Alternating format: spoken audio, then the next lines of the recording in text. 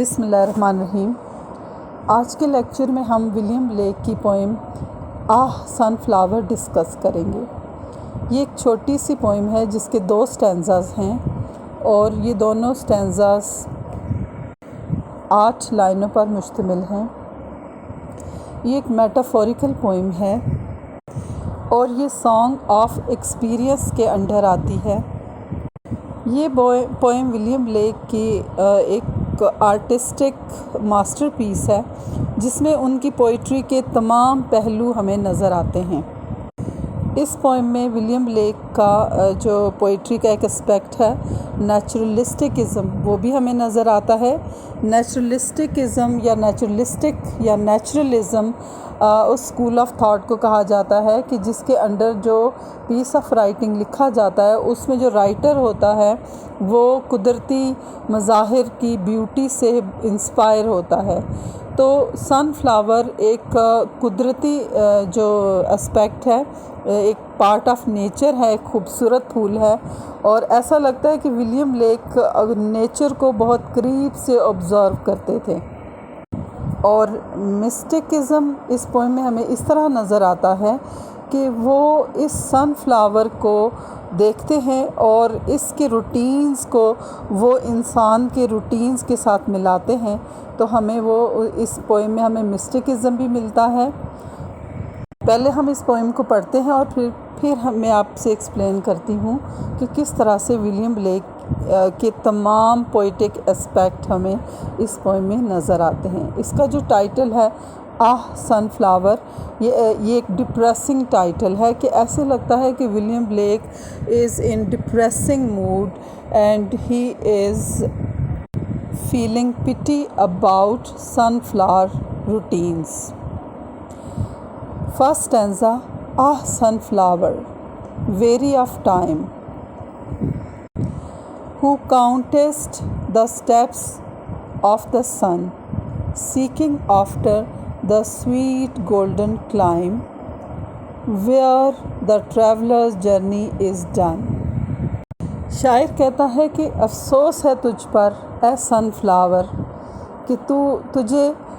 وقت تھکا دیتا ہے، کہ وقت کے ساتھ ساتھ تو سورج کے قدموں کی پیروی کرتا ہے اور ان گولڈن کرنوں کو تو صبح سورج کے طلوع ہونے سے لے کر غروب ہونے تک تو اس کے پیچھے چلتا ہے، تیرا یہ سفر کہاں جا کر ختم ہوتا ہے۔ یہ ایک میٹافوریکل پوئم ہے جس میں شاعر نے سن فلاور کو میٹافر کے طور پر استعمال کیا ہے اور ایک نیچرلسٹک پوئٹ کے طور پر وہ بیوٹی آف نیچر کو آبزرو کر کے اور ایک مسٹک پوئٹ کے طور پر وہ اس کے ذریعے ایک لیسن، ایک اسپرچول لیسن اس دنیا کو دینا چاہتا ہے کہ اے دنیا کے وہ لوگوں کہ جو سن فلاور کی طرح اپنی خواہشوں کا پیچھا کرتے ہو، مٹیریلسٹک ڈیزائر کا پیچھا کرتے ہو، اور یہ تمہاری خواہش کب پوری ہوگی۔ یعنی اس پوئم کو آپ ایکسپلین کرتے ہوئے یہ سمجھ سکتے ہیں کہ انسان کی ڈیزائرز اس کی پیدائش سے شروع ہوتی ہیں اور ابنڈنٹ ہوتی ہیں، انفینٹ ہوتی ہیں، اور جب کہ انسان کی اپنی لائف ختم ہو جانے والی ہوتی ہے مگر اس کی خواہشات ختم نہیں ہوتی اور وہ ساری زندگی ان خواہشات کا پیچھا کرتے کرتے تھک جاتا ہے مگر رکتا نہیں ہے، اور ان کی ان خواہشات کا پیچھا کرنے کا جو سفر ہے وہ ہمیشہ جاری رہتا ہے۔ یہاں پر پوئٹ اپیرنٹلی میٹافر کے طور پر استعمال کر رہے ہیں سن فلاور کو اور اسے یہ کہہ رہے ہیں کہ you are tired of time, why do you count the steps of the sun, seeking after the golden course of sun even when his journey in the day is over. یعنی سارا دن وہ یہ پیچھا کرتا رہتا ہے، پورا دن یہ سورج کی کرنوں کا پیچھا کرتا رہتا ہے۔ اگر آپ نے کبھی آبزرو کیا ہو سن فلاور کو آپ کے کھیت میں یا آپ کے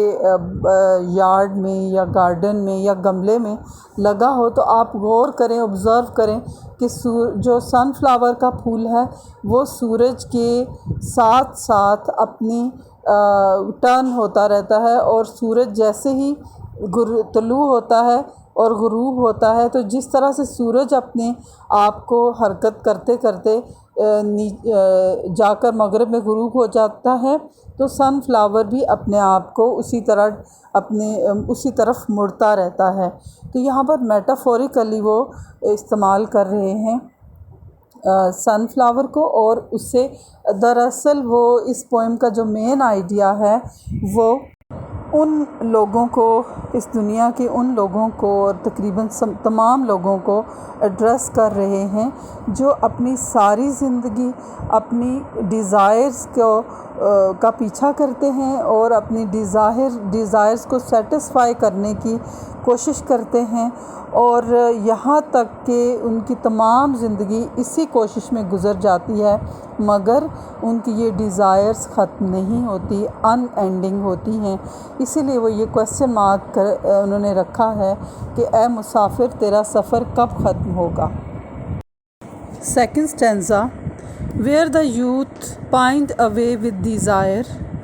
and the pale virgin shrouded in snow arise from their graves and aspire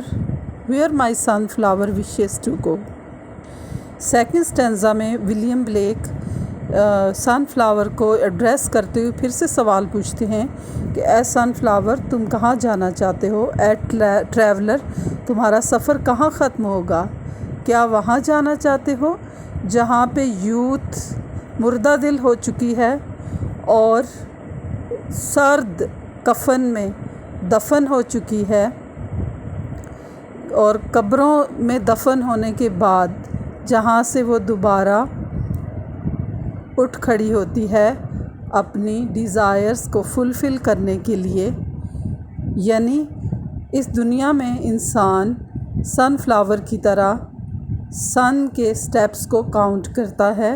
یعنی اپنی ڈیزائر کے پیچھے مٹیریلسٹک، فزیکل، ارتھلی ڈیزائر کو فلفل کرنے کے لیے اسٹرگل کرتا ہے، اور ویری آف ٹائم ہے انسان، کیونکہ انسان ختم ہو جانے والا ہے، لیکن اس کی ڈیزائرز لمٹ لیس ہیں، ٹائم لیس ہیں، اور وہ مرنے کے بعد بھی نہیں ختم ہوتی، اور جو یوتھ، جو ینگ وومن، ینگ پیپل اپنی لائف میں ڈیزائرز کا پیچھا کرتے ہوئے اپنی ہیومینٹی کو کھو دیتے ہیں اور کرپٹ ہو جاتے ہیں، اور مر جانے کے بعد وہ سیلویشن یعنی بخشش کی تمنا کرتے ہیں، بخشش کی خواہش کرتے ہیں۔ تو اے ٹریولر، اے انسان، اے خواہشات کا پیچھا کرنے والے انسان، تو کہاں جانا چاہتا ہے؟ تیرا سفر تو کبھی ختم نہیں ہوگا اور تیری یہ اسٹرگل بے فائدہ ہوگی۔ تو اس پوئم میں ایک میٹافوریکل پوئم ہے جو اس میں ولیم بلیک سن فلاور کو میٹافر کے طور پہ استعمال کرتے ہیں، اور جس طرح سے وہ سن فلاور کو ایکسپلین کرتے ہیں ایسا لگتا ہے کہ he was admirer of beauty of nature, اور وہ بہت ہی کینلی آبزرو کرتے تھے بیوٹی آف نیچر کو، اور پھر اس ایک ویژنری پوئٹ کی طرح اور ایک مسٹک پوئٹ کی طرح اس میں سے ہولینس، اسپریچول جو ریزلٹس نکال لیتے تھے، اور اس کے ذریعے وہ ڈیوائن گلوری اینڈ ٹیرر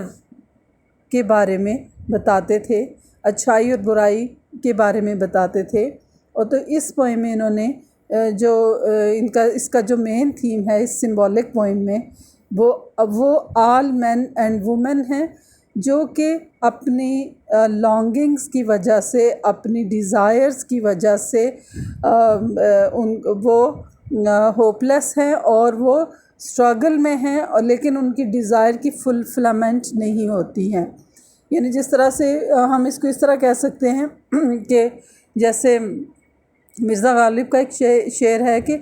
ہزاروں خواہشیں ایسی کہ ہر خواہش پہ دم نکلے، بہت نکلے ہیں میرے ارماں لیکن پھر بھی کم نکلے۔ یعنی ہر انسان کا یہ رویہ ہے جنرلی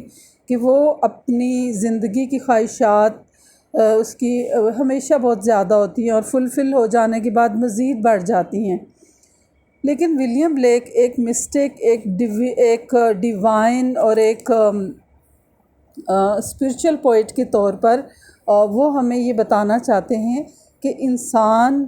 نے آخر اس دنیا سے چلے جانا ہے، اور اس کی یہ جو لائف ہے